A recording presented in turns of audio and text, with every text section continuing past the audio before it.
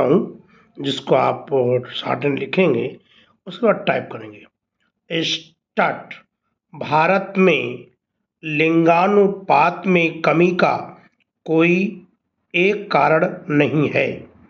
इसके बहुत से कारण हैं जो आपस में इस तरह आंतरिक रूप से गुथे हुए हैं कि उनमें से अकेले एक कारण को बड़ी समस्या मानना मुश्किल हो जाएगा। इनमें से कुछ की जड़ें अतीत में बहुत गहरी धसी हुई हैं, जिन्हें पहचानना और दूर करना बहुत ही कठिन है, तो कुछ बिल्कुल नई और सूक्ष्म पर तेज धार वाली हैं। क्षेत्र, जाति, धर्म और भौगोलिक रूप से इनमें इतनी विभिन्नता है कि कहीं कोई कारण महत्वपूर्ण हो जाता है तो दूसरी जगह वही नगण्य। पैरा।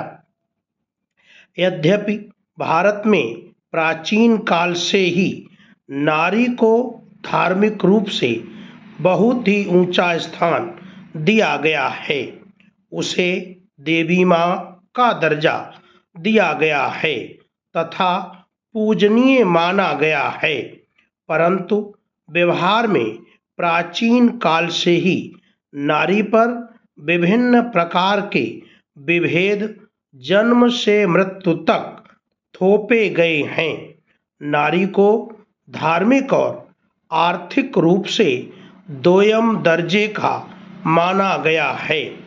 उपनिषदों में यदि नारी को सुरा और पासा के समान बुरा बताया गया है, तो लगभग सभी धार्मिक ग्रंथों में पुत्र के जन्म की कामना की गई है। प्रारंभिक पशुचारण और आगे चलकर कृषि समाज में स्वाभाविकतः पुरुष सामाजिक आर्थिक दृष्टि से अधिक उपयोगी समझे गए, क्योंकि वे आर्थिक गतिविधियों के लिए वर्ष के 12 महीने उपलब्ध थे और युद्धों के समय कबीलों की रक्षा में सक्षम। इन्हीं प्रारंभिक अनिवार्यताओं ने पितृवादी व्यवस्था को जन्म दिया और इसे धार्मिक जामा पहना दिया गया। समय के साथ इनकी जड़ें गहरी फैलती गईं।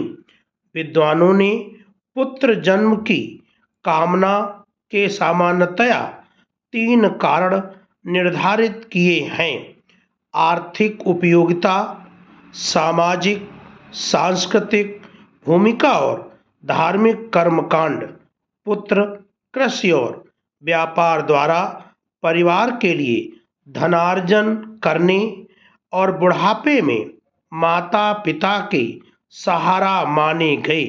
साथ ही वे विवाह के साथ परिवार को काम करने के लिए एक अतिरिक्त सदस्य तथा दहेज भी दिलाने में सक्षम थे, जबकि पुत्री के होने पर विवाहोपरांत जहां परिवार में एक सदस्य की कमी होती थी, वहीं उसे दिए जाने वाले दहेज के कारण आर्थिक रूप से हानि भी उठानी पड़ती थी। पितृवादी समाज व्यवस्था में पुत्र सामाजिक प्रतिष्ठा का द्योतक माना जाता रहा है। धार्मिक दृष्टि से कई ऐसे कर्मकांड हैं जिन्हें पुत्र ही संपन्न कर सकता है तथा मृत्यु के बाद पुत्र द्वारा किया गया अंतिम संस्कार मुक्ति मोक्ष के लिए आवश्यक माना गया है। पैरा।